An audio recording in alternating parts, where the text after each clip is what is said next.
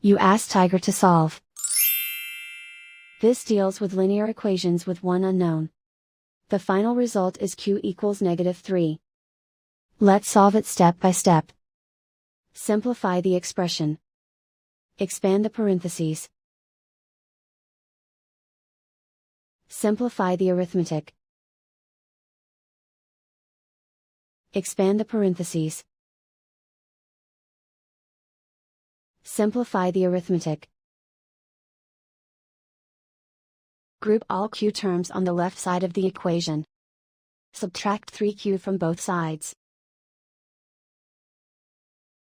Group like terms. Simplify the arithmetic. Group like terms. Simplify the arithmetic. Group all constants on the right side of the equation. Add 18 to both sides. Simplify the arithmetic.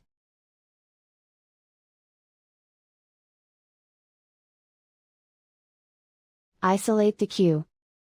Divide both sides by 6. Simplify the fraction. Find the greatest common factor of the numerator and denominator. Factor out and cancel the greatest common factor. And so the final result is q equals -3.